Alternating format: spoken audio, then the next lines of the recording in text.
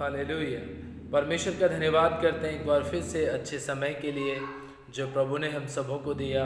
और मैं आप सबों का हमारे जयवंत मिनिस्ट्री बाजपुर की यूट्यूब चैनल पर मैं आप सबों का हार्दिक स्वागत करता हूं। प्रियो, आशा करता हूं कि आप एकदम ठीक होंगे और प्रभु के सामर्थ और उसके अनुग्रह में आप लगातार बने होंगे। प्रियो, मैंने लास्ट टाइम में 18 तारीख को एक वीडियो शेयर किया था जिसमें मैंने सीरिया तुर्की से लेकर के न्यूजीलैंड की तबाही के बारे में आप सबों को परमेश्वर के वचन के द्वारा भी बताया था कि अंत के दिनों में ये सारी घटनाएं होना बहुत ज़रूरी हैं और जब ये घटनाएं शुरू होंगी तभी हमें पता चलेगा कि मसीह का आना निकट हो चुका है। प्रियो, 18 तारीख से लेकर के 18 फरवरी से लेकर के आज 24 फरवरी में मैं आपके साथ में परमेश्वर के वचन को लेकर साझा हुआ हूँ। बीच में आपको वचन मैं इसलिए नहीं दे पाया, हम एक बहुत ज़रूरी सेमिनार में गए हुए थे जिसमें हमने बहुत सारे प्रभु के वचन को सीखा और बहुत सारे परमेश्वर के वचन को हमने दूसरों को सिखाया और प्रभु ने आप सबों की प्रार्थनाओं से उस सेमिनार को पूरी तरीके से अपनी इच्छा मर्जी के अनुसार पूरा करने में हमारी सहायता मदद की। इसके लिए हम अपने जीवित महान परमेश्वर का और आप सबों का दिल से धन्यवाद करना चाहते हैं। प्रियो, एक वचन मैं आप सबों के बीच में शेयर करना चाहता हूँ। गलातियों की पत्री उसका 5 अध्याय और उसके 16 वचन में लिखा है, पर मैं कहता हूँ आत्मा के अनुसार चलो तो तुम शरीर की लालसा किसी रीति से पूरी ना करोगे। यहाँ पर यह वचन मैंने आपको इसलिए बताया है क्योंकि जब हम आत्मा के द्वारा चलते हैं, परमेश्वर की आत्मा की अगुवाई में चलते हैं, परमेश्वर के सामर्थ्य में चलते हैं, तो परमेश्वर का आत्मा हमें इस तरीके से संभालता है कि हम सोच भी नहीं सकते। जब दुख, बीमारी, परेशानी, कष्ट, कलेश हमारी जिंदगी के अंदर अपनी एंट्री करने की कोशिश करते हैं, उस समय पर प्रभु का आत्मा ही है जो हमें संभालता है और हमारे मनों की बेचैनी को दूर करके, हमारे मनों की घबराहट को दूर करके हमें परमेश्वर के उस सामर्थ्य में मजबूत करता है जिसके लिए हम लगातार परमेश्वर से विनती और प्रार्थना करते रहते हैं। प्रियो, आज मैं वचन के द्वारा इस बात को बताना चाहता हूं, मैं आपको समझाना चाहता हूं कि प्रभु का वचन हमें इस बात को बताता है। प्रियो, अंत के दिनों में अपनी जिंदगी को जी रहे हैं, प्रभु के सेवकों के ऊपर और मसीह विश्वासी भाई बहनों के ऊपर और तमाम प्रकार के दुनिया के लोगों के ऊपर जो तबाहियां हो रही हैं, एक बहुत बड़ा कारण है और हम सबों के लिए चेतावनी है कि हम आने वाले दिनों में परमेश्वर की अधीनता में जाएं, परमेश्वर की नजदीकी में जाएं। आज मैं वचन के द्वारा आप सबों के बीच में इस बात को बता देना चाहता हूं। लिखा है, इन अंत के दिनों में हमें इस बात को ध्यान रखना चाहिए। लिखा है मत्ती 6:7 में, धोखा न खाओ, परमेश्वर ठट्ठों में नहीं उड़ाया जाता, क्योंकि मनुष्य जो कुछ बोता है वही काटेगा। इन अंत के दिनों में हम किसी भी प्रकार की लापरवाही नहीं कर सकते। अक्सर लोगों के दिमाग में ये बात बैठी हुई है कि अभी तक लोगों तक सुसमाचार पहुंचा नहीं है तो कैसे यीशु मसीह का आना होगा। अभी तो जब तक दुनिया के कोने कोने में सुसमाचार ना फैल जाए तब तक मसीह का आना नहीं होगा। प्रियो, ये बात बिल्कुल सही है कि तब तक मसीह का आना नहीं होगा, लेकिन संकेत उसके आने के, चिन्ह उसके आने के हमें दिखाई देने लगे हैं। तो जब प्रभु के आने के संकेत हमें मिल रहे हैं, उसके आने के चिन्ह हमें दिखाई देने लगे हैं, तो फिर इसका मतलब यह है कि अगर मेरे पड़ोसी को सुसमाचार नहीं पहुंचा है, वो नहीं जानता यीशु मसीह के बारे में, तो उस तक सुसमाचार पहुंचाने की जिम्मेदारी पासवान की नहीं है, किसी प्रभु के दास पास्टर की नहीं है, बल्कि आपका वो पड़ोसी है। ये जिम्मेदारी आपकी बनती है कि आप उस तक सुसमाचार पहुंचाएं और उसकी जिंदगी में परमेश्वर के वचन का बीज बोएं। जरूरी नहीं है कि 200 किलोमीटर दूर से, 500 किलोमीटर दूर से, 2 किलोमीटर दूर से या 1000 किलोमीटर दूर से कोई प्रभु का सेवक आएगा आपके पड़ोसी को सुसमाचार सुनाने के लिए। तो ऐसा होने वाला नहीं है, जबकि आपका कर्तव्य बनता है कि आप उसे सुसमाचार सुनाएं, ताकि जब पुनरुत्थान हो, जब मसीह का आगमन हो, तो जैसे आप उठाए जाए तो आपका पड़ोसी भी आपके साथ उठाया जाए। पर आप सुसमाचार इसलिए सुनाना नहीं चाहते क्योंकि आप अपने पड़ोसी से प्रेम नहीं बल्कि वैर रखते हैं और आप उनसे बिल्कुल भी आप मेल मिलाप के साथ में रहना नहीं चाहते हैं, इसलिए आप परमेश्वर का वचन उन्हें सुनाना नहीं चाहते हैं। इसलिए लिखा, धोखा ना खाओ, धोखे में मत रहिए। कि अभी प्रभु के आने में दिन है, अरे प्रभु कभी भी आ सकता है, पलक झपकते ही सब कुछ हो सकता है, इसलिए धोखा मत खाइए। और बहुत सारे लोग जब तमाम प्रकार के गलत काम करने के लिए जाते हैं तो वहां पर भी वो परमेश्वर का धन्यवाद करते हैं कि प्रभु तेरा धन्यवाद कि तूने मेरी शरीर की अभिलाषाओं को पूरा करने में मेरी मदद की। जिस चीज के लिए वो काफी सालों से सोच रहे थे कि मुझे ये काम करना है, जब वो गलत काम कर लेते हैं तो वो धन्यवाद देते हैं। ऐसे समय पर यदि आप परमेश्वर का धन्यवाद करेंगे तो आप धोखे में मत रहिए, प्रभु इसका दंड आपको जरूर देगा। लोग तमाम प्रकार के बीड़ियां पीते रहते हैं, तंबाकू खाते रहते हैं, गुटखा खाते रहते हैं, शराब पीते रहते हैं, और अगर मुंह के अंदर तंबाकू रखी हुई है और वहां पर भी वो अगर कोई विश्वासी मिल जाए तो उससे जय मसीह की, नमस्कार, अरे प्रभु का वचन हमें आशीष दे, आपको आशीष दे, खुदा आशीष दे। अरे एक तरफ तो आपने तंबाकू रखी हुई है, एक तरफ आप खुदा की आशीष दे रहे हैं। धोखे में मत रहिए, आप परमेश्वर के नाम को व्यर्थ ले रहे हैं और आप परमेश्वर के नाम को ठट्ठे में उड़ा रहे हैं, क्योंकि परमेश्वर के नाम, परमेश्वर का नाम पूरी तरीके से पवित्र है। और आप अपने मुंह के अंदर नशीले पदार्थ को रख करके या अपने अंदर नशीली चीजों का सेवन करके यदि आप परमेश्वर का नाम ले रहे हैं तो परमेश्वर हरगिज बर्दाश्त नहीं करेगा और इसका लेखा जोखा परमेश्वर आपसे जरूर लेगा। इस बात का ध्यान रखना, क्योंकि आगे लिखा है कि जो कुछ मनुष्य बोता है वही काटेगा। यदि आप इन सारी बुरी चीजों से लेकर के परमेश्वर का धन्यवाद कर रहे हैं तो इन बुरी चीजों के द्वारा ही आप कटनी काटेंगे। याद रखें, क्योंकि जो शरीर अपने शरीर के लिए बोता है वो शरीर के द्वारा विनाश की कटनी काटेगा, और जो आत्मा के लिए बोता है वो आत्मा के द्वारा अनंत जीवन की कटनी काटेगा। इसीलिए मैंने पहले बताया कि जो आत्मा के अनुसार चलते हैं वो शरीर की अभिलाषा पूरी नहीं करते, और परंतु जितने लोग शरीर के द्वारा बोते हैं वो शरीर के द्वारा कटनी काटेंगे, लेकिन जितने लोग आत्मा के द्वारा बोते हैं वो आत्मा के द्वारा कटनी काटेंगे, आत्मा की कटनी काटेंगे। सोचिए आप कितनी अहम और गंभीर बात को परमेश्वर का वचन हमें सिखाना चाहता है, समझाना चाहता है। लेकिन दुनिया आज तमाम प्रकार के लीला गड़ा में, तमाम प्रकार के बुरी अभिलाषाओं में, तमाम प्रकार के लुचपन में, तमाम प्रकार के गंदे कामों में आज इस दुनिया के लोग पड़े हुए हैं। वो कोशिश कर रहे हैं कि मैं कैसे अपने शरीर को खुश कर सकूं, मैं कैसे अपने शरीर के अभिलाषाओं को खुश कर सकूं, उसे प्रसन्न कर सकूं। अरे कब तक आप इन्हीं सारी चीजों में बने रहेंगे? याद रखिएगा कि अगर आप इन्हीं सारी लुचपन और गंदे कामों में बने रहेंगे तो परमेश्वर ने धीरज धरने के बाद सदोम और अमोरा को नहीं छोड़ा। तो सोचिए, जब न्याय का समय होगा तो आप विनाश की कटनी अपने हाथों से काटेंगे और उसका फल परमेश्वर आपको जरूर देगा। यदि आप आत्मा के द्वारा कटनी काटेंगे तो आत्मा का फल परमेश्वर आपको देगा। यदि आप शरीर के द्वारा काम करेंगे तो शरीर का फल भी परमेश्वर आपको जरूर देगा। आगे लिखा है, हम भले काम करने में साहस ना छोड़ें, भले काम करने में हम साहस ना छोड़ें।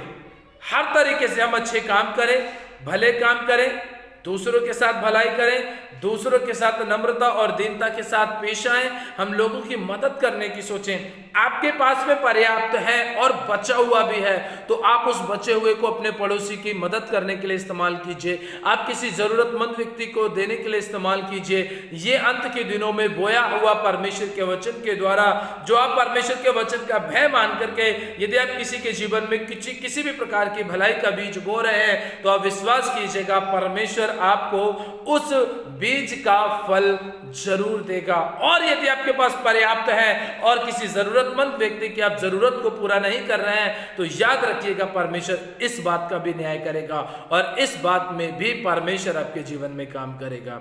ऐसे ही लिखा है कि जब तक हो सके तो हम भलाई करने में साहस ना छोड़ें, क्योंकि यदि हम ढीले ना हो तो समय पर कटनी काटेंगे। यदि हम ढीले ना हो, यदि हम लापरवाह ना हो तो हम ठीक समय पर कटनी काटेंगे, और जब हम ठीक समय पर कटनी काटेंगे उसका प्रतिफल भी बड़ा खूबसूरत होगा, उसका फल भी बड़ा खूबसूरत होगा, जो देखने में जबरदस्त तरीके से परमेश्वर की ओर से मिला हुआ एक आशीष के रूप में एक वरदान होगा। प्रभु जबरदस्त तरीके से आपको आशीष देगा, लेकिन उसके लिए आपको क्या करना पड़ेगा? परमेश्वर की अधीनता में चलना पड़ेगा। इसलिए लिखा है, देखो मैंने कैसे बड़े बड़े अक्षरों में तुमको अपने हाथ से लिखा है। प्रभु का सेवक संत पौलुस इस बात को बताते हैं कि मैंने बड़े बड़े अक्षरों में इस बात को लिखा है ताकि तुम अच्छी तरीके से इसे पढ़ सको, अच्छी तरीके से इसे सुन सको, अच्छी तरीके से इन्हें देख सको और अच्छी तरीके से इनके अनुसार अपनी जिंदगी को चला सको। मैंने बड़े बड़े अक्षरों से लिखा है। लिखने का मतलब सिर्फ यही नहीं कि उसने लिखा है या उसने पेन से लिखा है। इस लिखने का अर्थ सिर्फ लिखना ही नहीं है, लिखना तो है, लेकिन इसके साथ साथ में वो ये कहना चाहता है कि तुम इसके अनुसार, इन बातों के अनुसार अपनी जिंदगी को परमेश्वर की अधीनता में लेकर के आओ। भले काम करो, परमेश्वर का नाम व्यर्थ मत लो। नशीले पदार्थों का इस्तेमाल करने के बाद में परमेश्वर का धन्यवाद मत करो। आप बुरी लुचपन करके परमेश्वर का धन्यवाद मत करो। इन सब बुरी बातों से बच करके परमेश्वर का धन्यवाद करो कि प्रभु तूने मुझे इन सब बातों से बचा लिया, इन चीजों से मुझे बचा लिया, इसलिए प्रभु मैं तेरा धन्यवाद करता हूं। फिर देखना परमेश्वर कितना बड़ा प्रतिफल आपको देगा। फिर वो आगे लिखता है, जो लोग शारीरिक दिखावा चाहते हैं वे ही तुम्हारा खतना करवाने के लिए दबाव डालते हैं।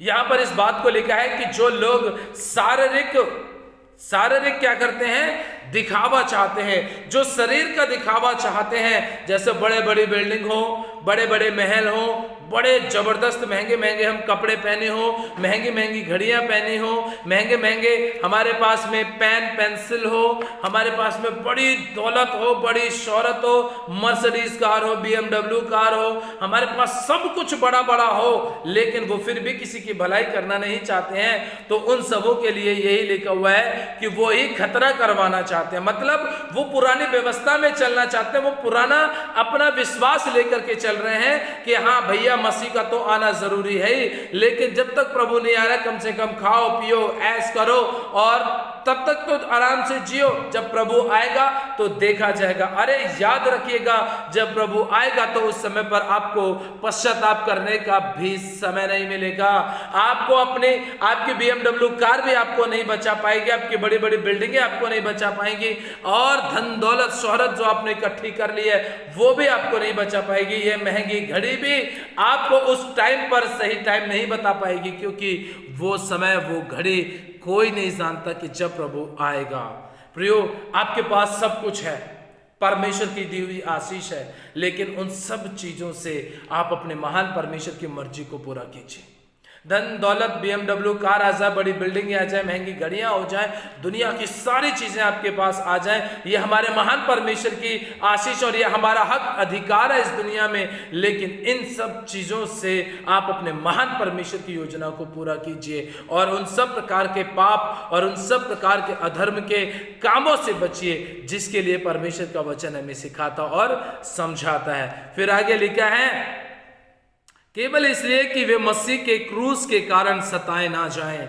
जो लोग इस दुनिया में रहते हैं, जैसे बहुत सारे लोग ऐसे हैं जो अभी भी क्या करते हैं, सब प्रकार के बुरे काम करते हैं, सब प्रकार के बुरे काम करते हैं। और यदि कोई व्यक्ति ठीक हो भी जाता है, कोई व्यक्ति समझ भी जाता है कि मुझे इन सारी चीजों में नहीं पड़ना है, लेकिन जो लोग सब प्रकार के बुरे काम करते हैं, लुचपन गंदे काम करते हैं, परमेश्वर की व्यवस्था से दूर भागते हैं, उसकी अधीनता में नहीं चलते, उसके प्रेम में नहीं चलते हैं, वो लोग तो चाहते यही है कि सब हमारे जैसे हो जाएं। जो लोग परमेश्वर की मर्जी के अनुसार चल भी रहे हैं, वो उन्हें क्रूस उठाने से क्या कर रहे हैं, भटका रहे हैं। अगर वो मसीह के साथ चलेगा तो उसे अपना क्रूस उठाना पड़ेगा, और जो तमाम प्रकार के गंदे काम बुरे काम कर रहे हैं तो उनके लिए तो क्रूस कोई भी महत्व नहीं रखता, उनके लिए कोई भी महत्व नहीं रखता है। इसलिए आज हमें क्या करना चाहिए, हमें परमेश्वर की अधीनता में चलने के लिए प्रियो क्रूस यदि उठाना पड़े तो हमें क्रूस उठा करके उसके पीछे चलना है, प्रतिदिन अपना क्रूस उठा करके उसके पीछे चलना है, ताकि हम शरीर के कामों को अपने जीवन से नष्ट कर सकें, खत्म कर सकें और परमेश्वर की प्रेम भरी व्यवस्था के अधीनता में रह करके हम परमेश्वर की मर्जी को पूरा कर सकें। इसीलिए प्रियो परमेश्वर का वचन हमें इस बात को बताता है, हमें सिखाता और हमें समझाता है कि हम अपने महान परमेश्वर की अधीनता में चलें, उसकी नजदीकी में चलें, क्योंकि मसीह यीशु का क्रूस ही है जो हमें अनंत जीवन की ओर लेकर के जाएगा। इसीलिए प्रियो, हम क्रूस उठाने के लिए तैयार रहें और व्यर्थ कामों में हम परमेश्वर का नाम ना लें, क्योंकि व्यर्थ कामों में परमेश्वर का नाम लेने का मतलब है परमेश्वर के नाम का ठट्टा उड़ाना, परमेश्वर के नाम का मजाक उड़ाना।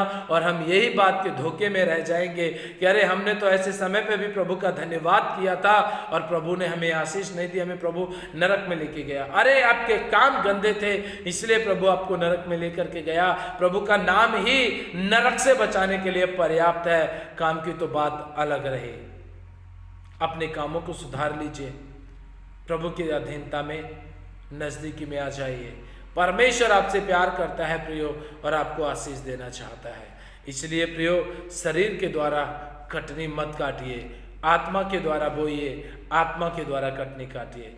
आत्मिक बातों को बोइए, आत्मिक बातों की कटनी काटिए। अब परमेश्वर के वचन को बोइए, परमेश्वर के वचन के द्वारा फल को काटिए। जैसा आप बोएंगे, आत्मा के द्वारा बोएंगे, परमेश्वर वैसा ही आपको देगा। यदि आपके पास सब कुछ है और फिर भी आपके पास में बचा हुआ बहुत कुछ है, तो आप बहुत कुछ में से भी आप परमेश्वर के लिए बोइए, बहुत कुछ बोइए, क्योंकि जितना आप बोएंगे प्रभु के लिए उतना ही आप काटेंगे। अब वो बोने के लिए चाहे तो आपका पैसा होगा या आपकी गाड़ी होगी, आपके पास में बहुत पैसा है, बहुत पैसा है और परमेश्वर के भवन में बहुत सारी चीज़ों की ज़रूरत है, तो आप बोइए परमेश्वर के भवन में, ताकि परमेश्वर आपको उचित समय पर काटने के लिए तैयार कर सके। यदि आपके पास पर्याप्त पहनने के लिए कपड़े हैं और आपके पड़ोसी के पास नहीं हैं, तो आप अपने पड़ोसी को कपड़े दे करके आप उसकी मदद कीजिए, भलाई कीजिए उसके साथ, ताकि परमेश्वर आपके जीवन में बहुत काम कर सके। यदि आप किसी भी प्रकार से आप हमारे इस जयवंत मिनिस्ट्री बाजपुर के लिए यदि आप अपना किसी भी प्रकार का बीज बोना चाहते हैं, यदि आप किसी भी प्रकार से आप यहाँ पर दान देना चाहते हैं, तो आप दे सकते हैं। प्रियो, मैं एक चीज़ आपको बता देना चाहता हूँ, एक शॉर्ट वीडियो में आप तक जरूर पहुँचाऊँगा जल्दी। और हम दिखाना चाहते हैं कि अब सर्दियाँ निकल चुकी हैं, अब गर्मियाँ आ रही हैं, हमारे चर्च में खिड़की दरवाजे नहीं हैं, तो काटिए और बोइए, परमेश्वर के लोगों के साथ भलाई कीजिए, परमेश्वर के सुसमाचार को लोगों तक पहुंचाइए, ताकि लोग पूरी तरीके से परमेश्वर की मर्जी को पूरा कर सकें और परमेश्वर के नाम को जान करके अपना जीवन उसके हाथों में समर्पित कर सकें। हालेलुया। इसीलिए प्रिय, परमेश्वर का वचन हमें यहाँ कहता है कि जो शरीर के द्वारा बोएगा वो शरीर के द्वारा काटेगा, और जो आत्मा के द्वारा बोएगा वो आत्मा के द्वारा भी काटेगा। हालेलुया। इसलिए हम आत्मा के अनुसार चलें, आत्मा के द्वारा बोएं और आत्मा के द्वारा काटें। परमेश्वर का नाम ठट्टों में ना उड़ाएं, व्यर्थ ना लें, बल्कि परमेश्वर की मर्जी को अपने जीवन में पूरा कर सके। आज के वचन के द्वारा परमेश्वर आप सबों को बहुत बहुत आशीष और बहुत बहुत बरकत दे। परमेश्वर आप सबों के जीवन में काम करे। सभी को प्यार भरे शब्दों में दिल से जय मसीह की।